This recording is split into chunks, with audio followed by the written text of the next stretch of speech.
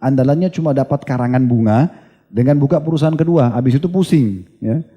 Pernah ada orang di Timur Tengah, dia menikah, tapi setelah awalnya menikah rame, oh dia poligami, dia bangga dengan poligaminya.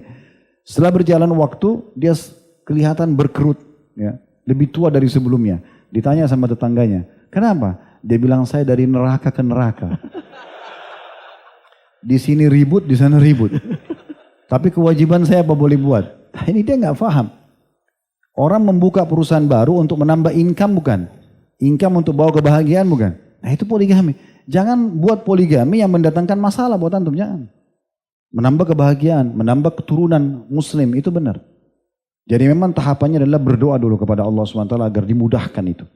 Setelah itu antum harus betul-betul memberikan hak yang mutlak kepada yang pertama. Nanti Allah akan bukakan pintu yang kedua.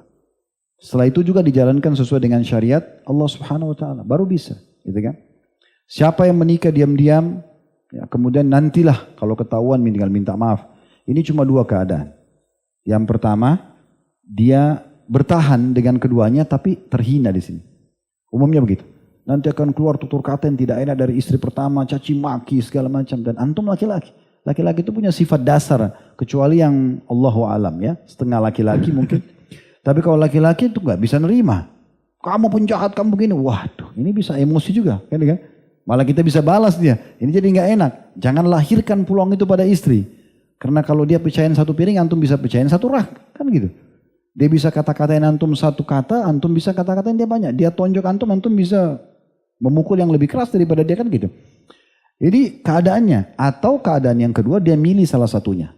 Cerai. Ceraikan istri pertama. Sudah lama bersama-sama. Ceraikan istri kedua, sayang juga baru nikah. Nah ini terjadi. Tapi kalau dari awal antum bangun pondasinya berdoa sama Allah, berikan hak yang benar ya. Kemudian antum jalan dengan sehat. Tidak usah disembunyikan, bicara baik-baik. Banyak kok ikhwan datang kepada saya mengatakan itu.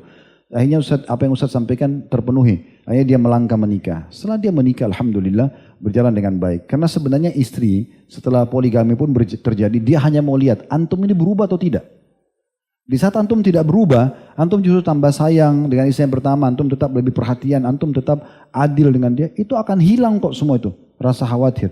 Karena kekhawatiran dia ini antum buka rumah baru, menikah lalu antum berubah sama dia. Itu yang dikhawatirkan. Ya, sebagai penutup ini, karena pernah ada seorang akhwat dia datang minta saran, saya tanya, kenapa? Dia bilang suami saya mau menikah. Saya tanya, kenapa? Ibu terus ada masalah apa? Kebetulan waktu itu sama ikhwah, dia datang karena dia minta waktu.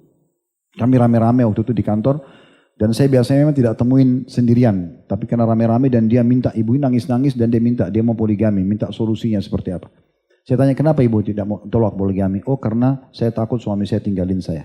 Ada yang lain gak syubhatnya bu? Saya takut dia berubah. Ada lagi gak? Saya takut nanti dia tidak adil dan dia sembunyi-sembunyi kasih harta di sana, diam-diam. Maka saya tanya ada lagi? Dia bilang gak ada. Oke saya tanya, kalau seandainya suami ibu tidak berubah, cintanya sama ibu. Kemudian juga dia tidak curang dari sisi harta. Dia tidak meninggalkan ibu. Gimana? Oh kalau gitu nggak apa-apa Ustaz. Berarti kan permasalahan kekhawatiran. Dan ini kekhawatiran semua wanita. Kalau antum bisa menenangkan di situ nggak ada masalah. Dan juga dalam poligami sebagai penutup jangan tergesa-gesa. Kita kan baru nikah 2 hari sudah bicara poligami. Istri antum akan berpikir baru 2 hari. Udah bicara. Baru 1 minggu udah bicara.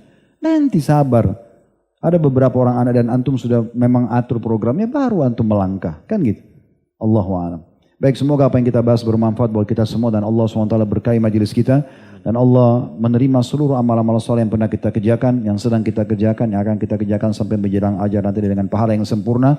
Dan semoga semua dosa-dosa kita dimaafkan oleh Allah Subhanahu Wa Taala. Aib-aib kita ditutupi olehnya di dunia dan di akhirat. Dan selalu kita doakan agar negara kita menjadi negara yang aman, tentram, damai. Dan juga Allah menjaga kemerdekaan, persatuan dan kesatuan kita. Allah berikan petunjuk kepada pemimpin kita untuk menjalankan amanah dengan baik. Dan Allah jadikan kita masyarakat yang selalu gotong royong memakmurkan negara kita. Sehingga menjadi contoh bagi negara-negara yang lain. Dan kita selalu doakan agar saudara-saudara kita di Palestina, terutama di Gaza. Dimanapun mereka